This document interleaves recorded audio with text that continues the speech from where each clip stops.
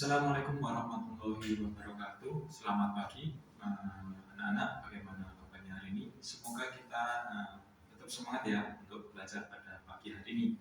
Baik, sebelum belajar kita mulai berdoa sesuai agama dan kepercayaan masing-masing. Berdoa dimulai. Berdoa selesai. Jadi anak-anak, pada pagi hari ini kita akan belajar tentang konsep wilayah dan perwilayahan sesuai PPT yang Bapak share sekarang. Jadi sebelum memulai, apakah teman-teman tahu apa itu wilayah? Mungkin dari berita atau IG atau anak-anak melihat TikTok mungkin tahu ini ada wilayah pantai, wilayah industri, wilayah pedesaan. Itu merupakan contoh wilayah. Jadi ada 4 tujuan pembelajaran yang akan kita pelajari pada pagi hari ini.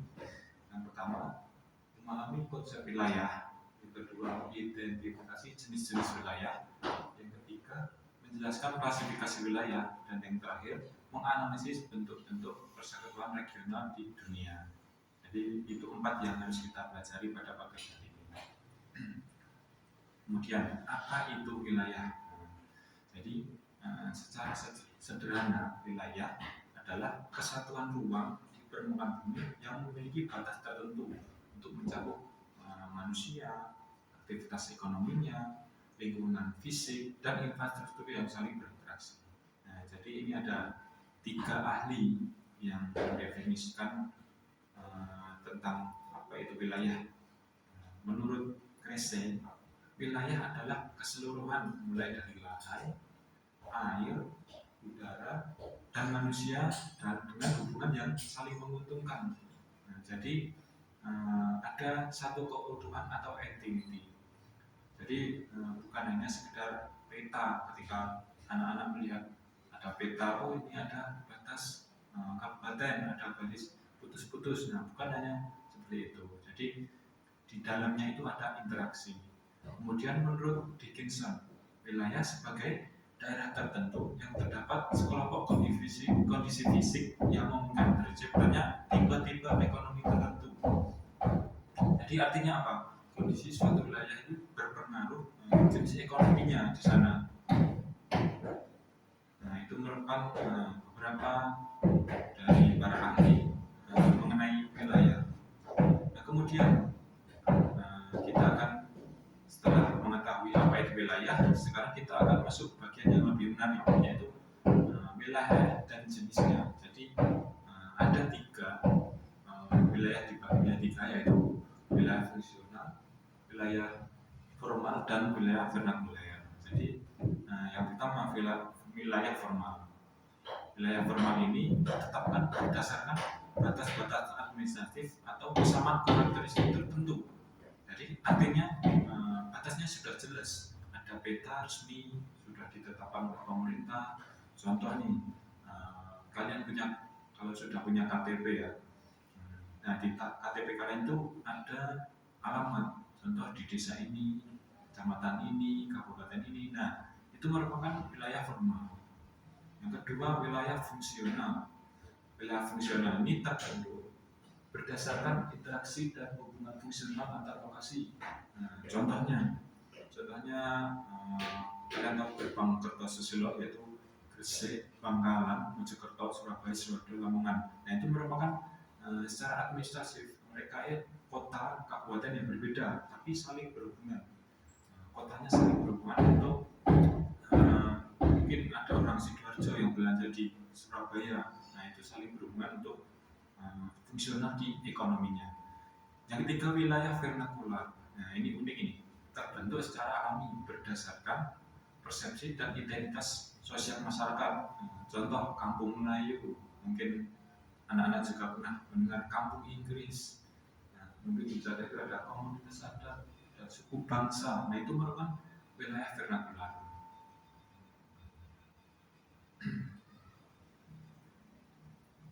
Kemudian setelah jenis-jenis, kita akan belajar klasifikasi wilayah menurut Geographical Association tahun 1937. Nah, ini ada 4 ini. Ada generic region, ada uniform region, ada specific region, ada nodal region. Yang pertama, generic region, penggolongan wilayah, menurut jenisnya. Wilayah ini seperti iklim, topografi, kemudian vegetasi. Jadi contoh mudahnya ketika kalian mengelompokkan hewan, oh ini ada yang mamalia, ini ada yang reptil, ini ada yang unggas. Nah itu merupakan seperti generik region, yaitu mengelompokkan wilayah berdasarkan ciri-ciri umumnya. Kalau di vegetasi tropis, misalnya ada di Indonesia, Brasil, Afrika, nah, ya, itu merupakan generik region.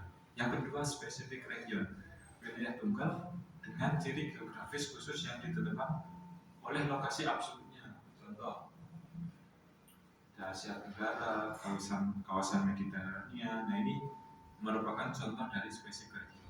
Yang ketiga, ini uniform region, yaitu wilayah yang didasarkan atas keseragaman dalam kriteria tertentu. Contoh pertanian homogen, savana. Nah ini adalah contoh uniform region. Dan yang terakhir, nodal region. Wilayah ini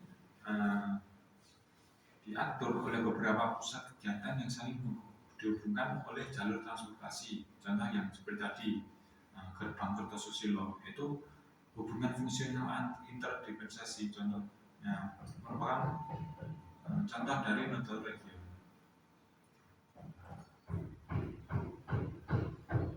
Kemudian ini merupakan perbedaan dari wilayah formal dan wilayah fungsional.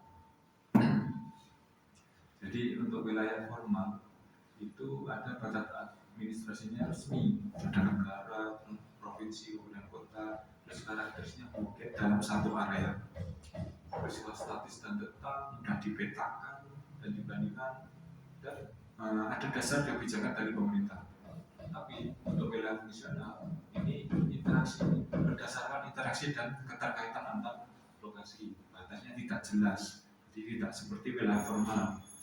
Kemudian terbentuk karena aktivitas ekonomi menunjukkan hubungan pusat interline relevan dengan khusus urban normal. Kemudian ini merupakan bentuk-bentuk persekutuan regional. Jadi ada 3 bidang wilayah membentuk persekutuan atau perhimpunan regional berdasarkan kepentingan bersama. Ada politik, ekonomi, dan budaya. Nah, contoh nih ada di bidang politik ada blok barat, blok timur, gerakan non blok. Terus kemudian yang kedua di bidang ekonomi ada MEA atau masyarakat ekonomi Asia, OPEC untuk negara-negara eksportir minyak, MEE atau masyarakat ekonomi Eropa. Yang ketiga ada bidang sosial budaya, ada OKI atau organisasi konferensi Islam, dan OAS atau Organization of American States. Jadi kalian sudah familiar dengan organisasi-organisasi ini. Kemudian karakteristik wilayah. Jadi dibedakan menjadi 4, yaitu fisik dan alam. Di karakteristiknya adalah topografi, iklim, vegetasi, sumber daya alam. Nah, untuk karakteristik sosial ekonomi itu mencakup kepadatan penduduk, struktur ekonomi, dan pola pemukiman. Terus untuk karakteristik wilayah administratif ada batas resminya, terus ada kewenangan dari pemerintah. Terus untuk yang fungsional, ini mencakup interaksi antar lokasi, hubungan antar kota desa, terus jaringan transportasi yang menghubungkan antara kota desa, antar kota-kota dan lain-lain. Yang terakhir, ini merupakan penentuan batas wilayah berdasarkan aspek fisik, pegunungan dan pegunungan gunung, terus ada aliran sungai dan danau, garis pantai, dataran tinggi, batas hutan. Untuk berdasarkan administratifnya, ini batas kabupaten atau kota, ada batas provinsinya, ada batas negara, wilayah pelayanan publik, ada ZEE, zona ekonomi eksklusif. Jadi ketika anak-anak membuka peta atau Google Map, nah nanti kalian akan melihat ada batas-batas wilayah itu. Yang terakhir, jadi kesimpulan pada pembelajaran pada pagi hari ini adalah apa itu konsep wilayah, yaitu kesatuan ruang di permukaan bumi dengan batas tertentu yang mencakup unsur manusia, ekonomi, fisik, dan infrastruktur. Kemudian ada jenis wilayah yang sudah Bapak jelaskan tadi. Ada 3 wilayah: formal berdasarkan administratif, fungsional berdasarkan aktivitasnya, dan vernakular berdasarkan persepsi masyarakat. Yang ketiga, klasifikasi region. Ada 4: generik, spesifik, uniform, dan level region. Yang terakhir, persatuan region. Jadi berdasarkan bidang ekonomi, politik, dan sosial budaya. Itu merupakan kesimpulan pada pembelajaran pada pagi hari ini.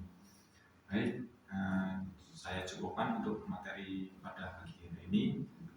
Bila Bapak dalam menyampaikan ada salahnya, Bapak minta maaf yang sebesar-besarnya. Untuk menutup pada pembelajaran pagi hari ini, kita tutup dengan berdoa sesuai agama dan kepercayaan masing-masing. Berdoa selesai. Baik, saya tutup. Assalamualaikum warahmatullahi wabarakatuh.